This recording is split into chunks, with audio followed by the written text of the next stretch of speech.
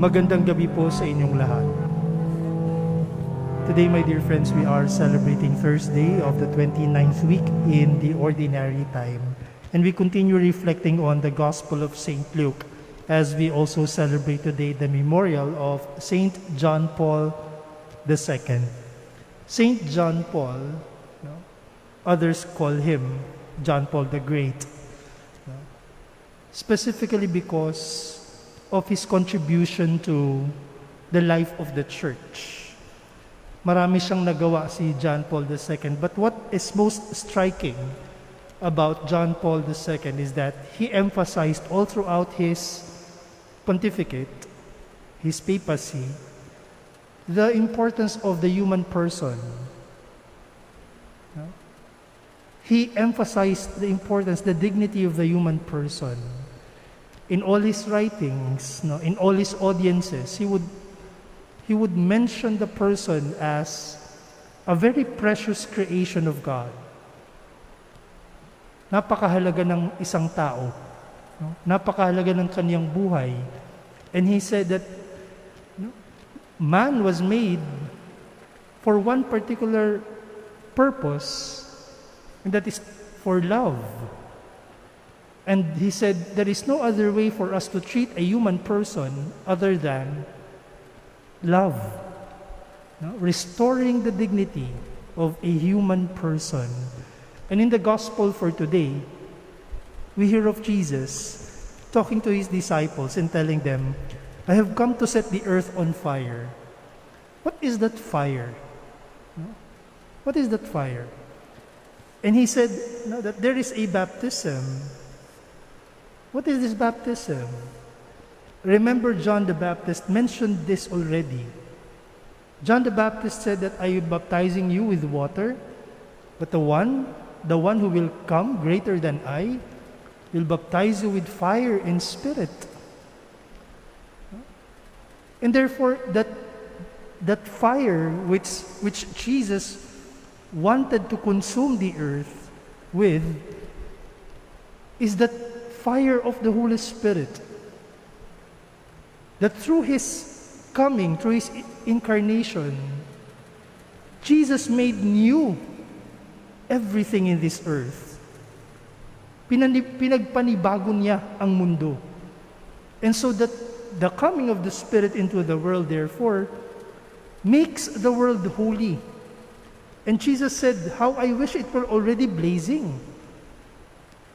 The challenge that the church must become an instrument so that this fire may consume all her children. That the church may become an instrument, a way for all her children to become holy. Na maging banal ang lahat, mapuno ng pag-asa ang mga tao sa pamamagitan ng mga anak ng simbahan, ng mga anak ng Diyos. John Paul II emphasized this. The dignity of a human person can be valued and must be valued by the way we treat him, and that is through love alone. Nothing else. Nothing else. That's why Jesus also makes mention of this. From now on, a household of 5 will be divided. Father against son, son against father, etc., etc. Did Jesus desire division among families? Of course not. But what Jesus was trying to emphasize is this: the dignity of a human person, the role of a human person to become an instrument of holiness is far higher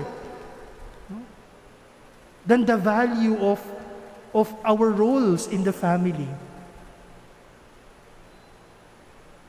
Na kahit sa loob ng tahanan, ang primary role ng mga membro ng pamilya ay maging instrumento ng kabanalan at kabutihan. That's why Jesus said, Father against son, son against father. Perhaps because a father would like his son to do something else. And the Spirit must lead all of us towards holiness of life. And because of our weakness, sometimes we contend with the Spirit. We contend with the Spirit. Kung ano yung gusto natin, yun. To the point of neglecting the value of a human person. I remember this story circulating for some years already about John Paul II. I think I have shared this in one of our celebrations here. Sabi dun sa kwento na a priest went to Rome, for an errand. And upon entering a church there in Rome, he saw a beggar in front of a church. Nung pumasok yung pari doon sa simbahan, nakita niya yung namamalimos, yung pulubi sa labas. Sabi niya, parang familiar yung itsura niya. No? At paglabas niya, nakita niya uli yung pulubi. At sabi ng pulubi, classmate.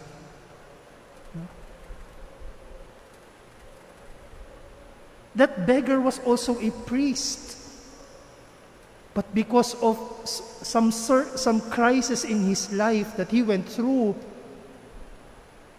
nagka-problema, sumuko, napariwara, nagkamali, nandoon sa harap ng simbahan, namamalimos. And then the priest said, "What happened to you?" And the beggar narrated his story. "How about you?" Sabi nung beggar sa kanya. And then the priest said, "Well, I am here for an errand in the Vatican. I will be speaking to the Holy Father." And the beggar priest said, "Please tell the Pope to pray for me." To pray for me.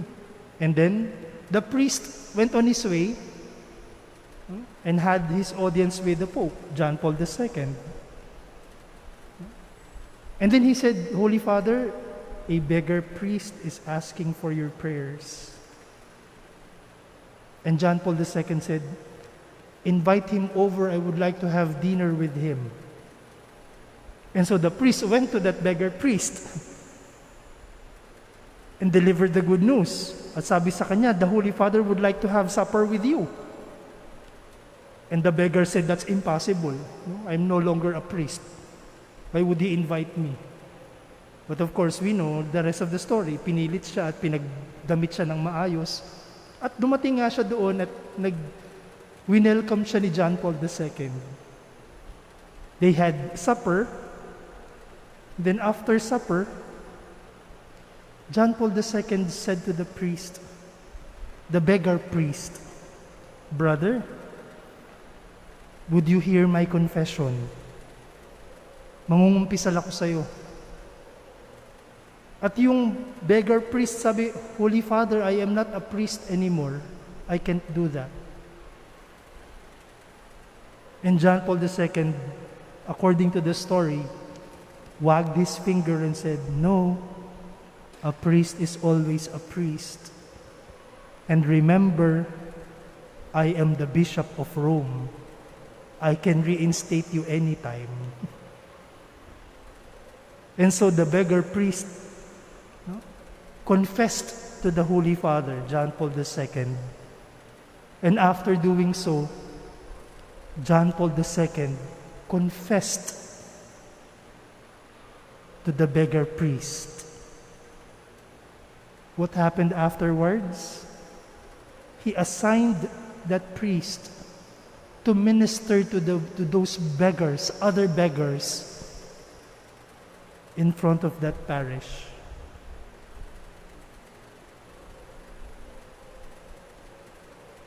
The first call that we have received is the call towards holiness. We may have committed mistakes, but God continues to call us to holiness. We may have hurt people, but God continues to call us towards holiness. And not only is He calling us towards holiness, He is asking us to lead others as well towards holiness of life. And holiness of life does not pass judgment, but rather gives hope. Holiness does not pass judgment. It only gives hope. And so today we examine ourselves in the manner within the home, in the manner we treat the members of the family. Do we see the human person, that dignified creation of God, as a holy creation? And every day in our lives, do we live up to that call of being instruments of holiness? Nagiging mabuti ba ang mga tao dahil sa akin?